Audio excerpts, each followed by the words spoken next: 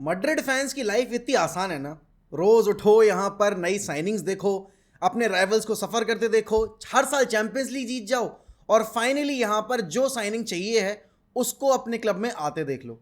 इतने साल से, 2 ढाई 3 साल मान लो, चलो इतने साल से जो सागा चल रहा था कि किलियन एम्बाप्पे मैड्रिड आएंगे नहीं आएंगे, आएंगे तो कब आएंगे, और जब आएंगे तो किसके अलॉन्ग साइड खेलेंगे, क्या जर्सी नंबर डाउन करेंगे, कितने साल का कॉन्ट्रैक्ट होगा, और यहाँ पर क्या पीएसजी कोई गलीच हरकत करके यहाँ पर एम्बापे से वापस से कोई कॉन्ट्रैक्ट तो साइन नहीं करा लेगी। लेकिन नहीं भाई, वो सारी इफ बट्स एंड मेबीज पर कल रोक लग गई है। अभी तक तो हियर वी गो ही आया था, अब यहाँ पर कल ऑफिशियल स्टेटमेंट आ गया है रियल मैड्रिड का that Kylian Mbappe is going to join Real Madrid for the upcoming season. उनका कॉन्ट्रैक्ट यहाँ पर 2029 तक होने वाला है। वो जर्सी नंबर 9 डॉन करेंगे। अब भाई अगर तुम रियल मैड्रिड की इस लाइनअप को देखोगे तो यहां पर तुम्हें सिर्फ और सिर्फ रॉयल्टी नजर आएगी। अप फ्रंट अगर आप देखोगे, Vinicius junior left hand side पे, centrally Mbappe, right hand side पर आपके पास है रोड्रिगो, देन नंबर 10 रोल में आपके पास है जूड बेलिंगम, पीछे आपके पास ओरेलियो चुआमेनी और लूका मॉड्रिच, वेलवर्दे, देन कामाविंगा, और उसके पीछे अगर आप जाकर दे, और हाँ सॉरी टू से बट यहां पर आप आर्दा गुलर और आपके ब्राहिम डियाज को भी नहीं भूल सकते। देन बैकलाइन में आप जाओगे, आपके पास है डेनी कार्वाहाल, देन आपके पास है यहाँ पर रूडिगर, देन आपके पास David Alaba, and then left hand side पर भी आपके पास फर्लैंड मेंडी है। गोल कीपिंग ऑप्शन के तौर पर आपके पास थिबेट कोर्टोआ, लूनेन है, और इतने सारे और ऑप्शंस जिनका नाम तो अभी मैं याद ही नहीं कर पा रहा क्योंकि वीडियो एक टेक में बनानी है। तो सोचो भैया, इस टीम को आप जब फेस करोगे, ये टीम आपको कहीं 16, 17, 18 वाली टीम नजर नहीं आ रही, जहां पर रियल मैड्रिड मैचेस शुरू होने से पहले ही, जब आप बेसिकली टनल में होते थे तभी मैच हार जाते थे। 3 लगातार चैंपियंस लीग, यहां पर 3 साल में आप देख रहे हो 2 Champions League already Carlo Ancelotti जीत चुके हैं, और कार्लो ने पहले ही बोल दिया कि ये क्लब उनका आखिरी क्लब होने वाला है, इसके बाद वो किसी भी क्लब को मैनेज नहीं करेंगे, वो रिटायरमेंट ही लेंगे। तो यहां पर किलियन एम्बाप्पे के ज्वाइन करने के बाद ये रियल मैड्रिड की टीम इस वक्त पर अलग लेवल पे चली गई है भाई। और सोचो, ये वो प्लेयर है जो कि हर साल पीएसजी को कैरी कर रहा था। यहाँ पर नेमार और मेसी के होते हुए भी जो आउट परफॉर्म कर रहा था हर एक प्लेयर को, एंड जिसके कंधों पे बाहर था इस पूरी पीएसजी की टीम का, that was Kylian Mbappe. And नहीं, I am not taking anything away from Lionel Messi और यहाँ पर नेमार, लेकिन यहाँ पर आपको एक बात तो माननी पड़ेगी कि पीएसजी के प्रोजेक्ट का फेस और पीएसजी का actual big game player was one and only Kylian Mbappe. That guy single-handedly took that World Cup final into the extra time and into the penalties.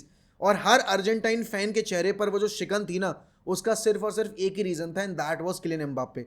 The guy has scored a world cup hat trick in the final. यहाँ पर वो already एक बार का world cup winner बन चुका है।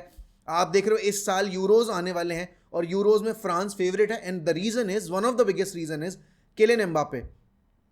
After so many years, after आप बोलोगे यहाँ पर बहुत लंबे इंतजार के बाद, Kylian Mbappe has got his move. And ये मूव जब आया, जिस टाइम पे, जिस तरीके से आया भाई, ये काफ़ी आइकॉनिक है। कि एक दिन पहले हमने देखा कि यहाँ पर आपकी रियल मैड्रिड ने अपना 15th Champions League title lift किया, and the very next day यहाँ पर किलियन एम्बाप्े का हियर वी गो आ गया था फेब्रिजो की तरफ से, और उसके अगले दिन में जाकर यहाँ पर ऑफिशियल स्टेटमेंट भी आ गया। एंड मद्रिदिस्तान की खुशी यहाँ पर रुक नहीं रही है। आप अगर देखोगे तो टोनी क्रूज ने भले ही अलविदा कह दिया हो, लेकिन लूका मॉड्रिच ने 1 साल का कॉन्ट्रैक्ट और एक्सटेंड कर लिया यहाँ पर रियल मैड्रिड के साथ। तो यहाँ पर चैंपियंस लीग भी मिल गई, किलियन एम्बाप्े भी मिल गया, लूका मॉड्रिच का 1 साल का एक्सटेंशन भी मिल गया, और यहाँ पर आप बोलोगे 16th जो आपका यूसीएल अगले साल आप कंपीट करोगे, उसके लिए ऑलरेडी यहाँ पर आपके पास एक टारगेट मिल गया है, जहाँ पर फ्लोरेंटिनो पेरेज ने बोल दिया कि next year I want to win the 16th। तो भाई ये वो क्लब है जो सक्सेस ऑब्सेस्ड है, और जो क्लब सक्सेस ऑब्सेस्ड होते हैं और जो क्लब सक्सेस ऑब्सेस्ड होने के बाद उस ऑब्सेशन को कंप्लीट करने के लिए प्रोसेस फॉलो करते हैं, वही बड़े क्लब बनते हैं। यहाँ पर सोचो भाई, 15 चैंपियंस लीग टाइटल्स हैं यहाँ पर आपकी रियल मैड्रिड के पास। पिछले 10 साल में 8 सेमीफाइनल्स के यहाँ पर अपीयरेंसेज हैं, और यहाँ पर पिछले 10 सालों में 6 आपके यूसीएल टाइटल हैं। इतने तो टोटल मैनचेस्टर यूनाइटेड के अपीयरेंस नहीं है चैंपियंस लीग में। यहाँ पर आखिरी बार हमने कब क्वार्टर फाइनल्स में जगह बनाई थी वो मुझे याद भी नहीं। आई थिंक हम बारसा से हारे थे जब हमने पीएसजी पे रेमोंटादा किया था, उसके बाद से हम वहाँ तक पहुँचे भी नहीं है। और इस साल तो हमारा हाल क्या ही था चैंपियंस लीग में, सबको पता है। और बात सिर्फ इतनी नहीं है कि किलियन एम्बाप्े के आने के बाद से ये मैड्रिड की टीम एकदम से वर्ल्ड क्लास बन गई है। भाई this team is already world class. ये टीम बिना नंबर 9 के यहाँ पर आपका यूसीएल जीत गई, आपकी ला लीगा जीत गई, यूरोपियन डबल पूरा कर लिया, तो आपको पता है भाई ये टीम, इस टीम को जरूरत नहीं थी किलियन एम्बापे की, लेकिन हाँ किलियन एम्बापे को अपना करियर अगर अपलिफ्ट करना था, किलियन एम्बापे का जो ड्रीम है बैलन डोर जीतने का, जो चैंपियंस लीग जीतने का, अगर वो किसी क्लब में आकर पूरा हो सकता था तो दैट इज रियल मैड्रिड। अब देखो यहाँ पर बहुत सारे लेजेंड्स ने किलियन एम्बापे को इस मूव पर विश किया है। आप रेमोस की बात करो, आप मार्सेलो की बात करो, आप यहाँ पर केलर नवास की बात करो, या फिर आप बाकी प्लेयर्स की बात करो, लेकिन एक शख्स जिसका कॉन्ग्रेचुलेशन सबसे ज़्यादा मैटर करता है जब हम बात करते हैं वर्ल्ड ऑफ फुटबॉल की, जब हम रियल मैड्रिड की बात करते हैं, and that is Cristiano Ronaldo. Ronaldo ने बोल दिया भाई कि my eyes will be on you and I hope तुम लिट अप कर दो सैंटियागो बर्नाब्यू पे। क्योंकि यहाँ पर देखो किलियन एम्बापे का जो करियर ट्रेजेक्ट्री रहा है, या फिर आप एम्बिशन देखोगे, वो बहुत ज़्यादा सिमिलर है यहाँ पर रोनाल्डो से। और यहाँ पर अगर आप मूव देखोगे, जिस तरीके से ये मूव अनाउंस की गई है, सेम आपने देखा था कि चैंपियंस लीग का फाइनल हुआ था, हम वो फाइनल हार गए थे बार्सिलोना से, एंड उसके कुछ ही दिन के बाद यहाँ पर रियल मैड्रिड ने रोनाल्डो की साइनिंग अनाउंस की थी। और उस साइनिंग को देखने के लिए 80-85 हज़ार की जनता इकट्ठी हुई थी वहाँ पर रोनाल्डो की जो अनवीलिंग थी। और आने वाले टाइम में यहाँ पर एम्बापे की अनवीलिंग के लिए भी यहाँ पर 80-85,000 की क्राउड का एक्सपेक्टेड टर्नआउट किया जा रहा है। तो आपको पता है भाई ये मूव कितनी ज़्यादा सिमिलर है, और इस मूव का जो सिग्निफिकेंस है वो कितना ज़्यादा सिमिलर है। और वो भी छोड़ो, यहाँ पर हम सबको पता है Mbappe likes to wear the number 10, national team के लिए वो नंबर 10 ही डाउन करते हैं, PSG के लिए वो नंबर 7 डाउन करते थे। लेकिन यहाँ पर क्योंकि लूका मॉड्रिच नंबर 10 जर्सी इस साल अभी पहनेंगे क्योंकि वो क्लब में रुकने वाले हैं। आपको याद होगा जब रोनाल्डो गए थे आपके रियल मैड्रिड में, तो राउल के पास था number 7 and Ronaldo had to wear the number 9 उस सीजन में।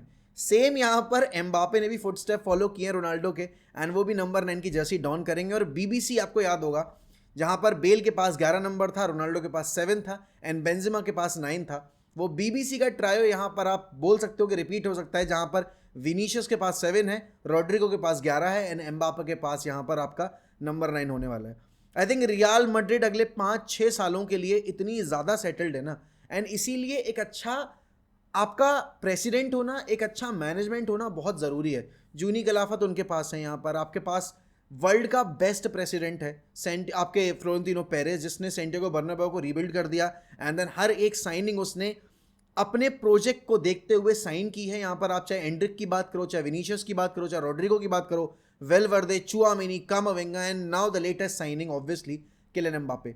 ये आखिरी कुछ साल चल रहे हैं उनके प्रेसिडेंसी के, तो इसीलिए वो यहाँ पर रियल मैड्रिड का फ्यूचर सिक्योर करके स्टेप डाउन करना चाहते हैं, जिससे कि आने वाले वक्त में जो भी नया प्रेसिडेंट आए उसको इन सारी चीज़ों की परवाह ना करनी पड़े।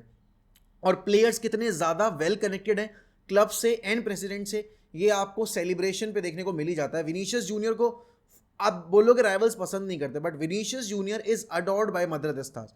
हाँ, विनीशियस जूनियर के काफ़ी सारी हरकतें हैं जो कि खुद मद्रिदिस्तास भी एंटरटेन नहीं करना चाहते, बट देन अगेन यार, this Real Madrid team is special. This Real Madrid team is full of character.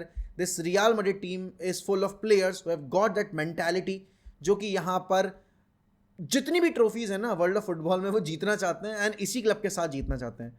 But ये तो थी एम्बापे की बात। अब हम थोड़ा और ट्रांसफर्स की बात अगर कर ले, अब कैसेमीरो के रिगार्डिंग जो लेटेस्ट अपडेट आई है वो ये है कि Al Nassr wants to sign Casemiro and they are very determined to pay 80 to 90 million. भाई देखो इतना पैसा अगर कैसेमीरो के लिए मिल रहा है भाई, मैं अगर कैसेमीरो हमारी टीम का बेस्ट प्लेयर भी होता तो भी मैं सेल कर देता, क्योंकि कैसेमीरो एज कर रहे हैं। डेफिनेटली यहाँ पर आपको उस पोजीशन पे अपग्रेड की ज़रूरत है।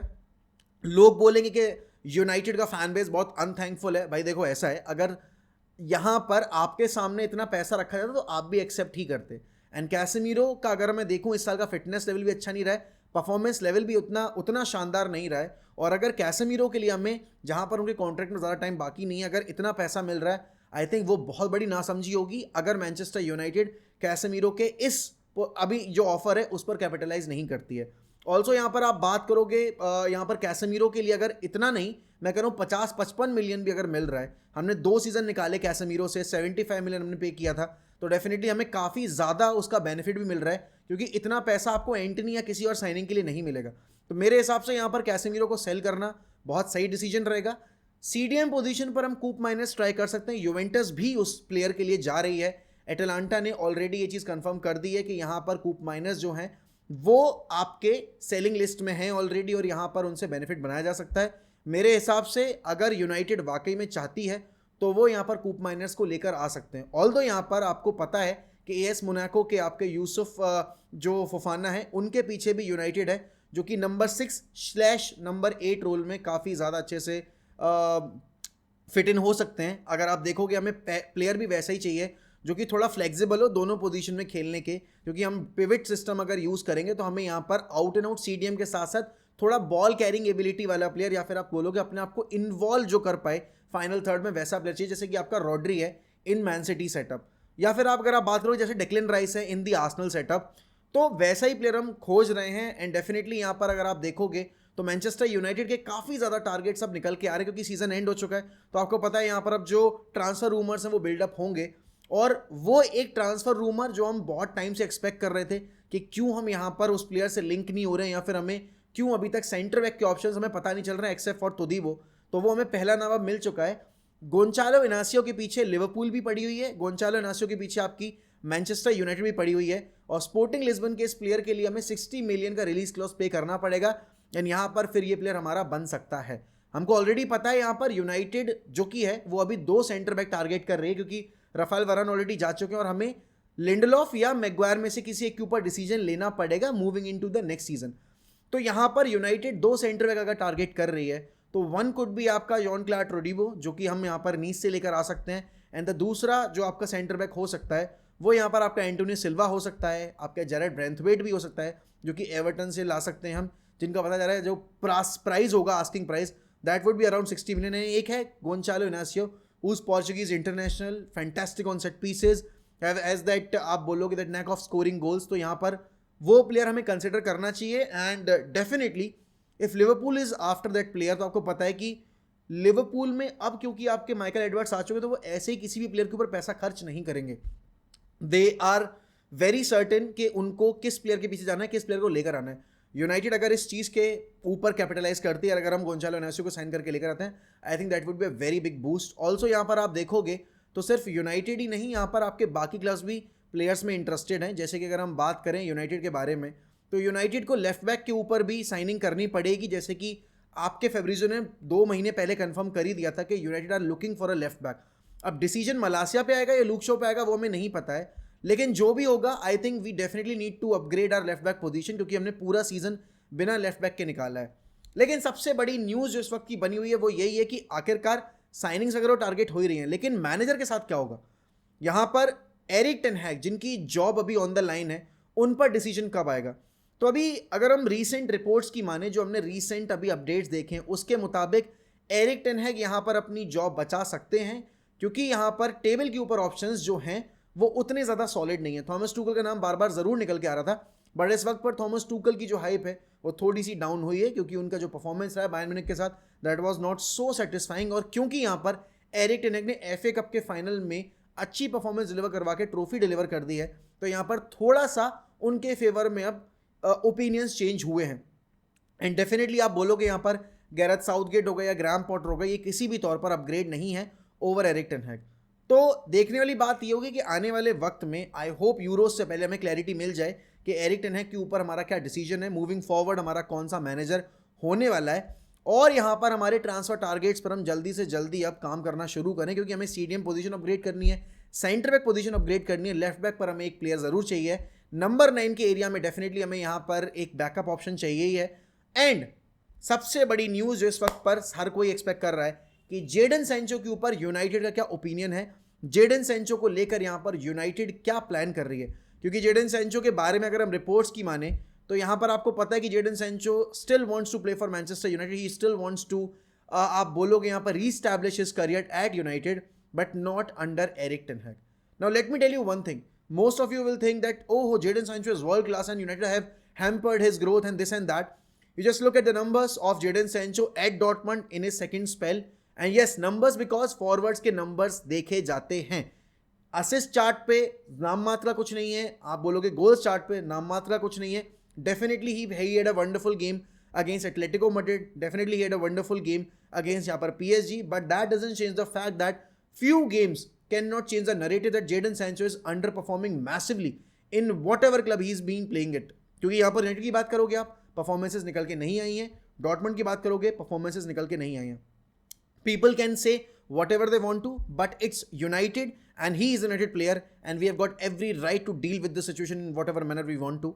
And मेरे हिसाब से इस वक्त पर जेडन सैंचो को बेचना सही रहेगा, लेकिन जेडन सैंचो के वेजेस इतने ज़्यादा है कि उनको सेल कर पाना बहुत ही ज़्यादा मुश्किल है. देखते हैं हम क्या इस पर डिसीजन ले पाते क्या नहीं ले पाते. लेकिन हाँ, congratulations to all the Madrid stars on getting your hands on world's best player right now. And ठीक है, वो विनीशियस आपके हिसाब से हो सकता है, लेकिन अगर मैं बात करूं यहाँ पर एक्चुअल में जो सबसे बड़ी हाइप के साथ आ रहा है और जो यहाँ पर आपका पोस्टर बॉय बन सकता है, दैट इज किलियन एम्बापे.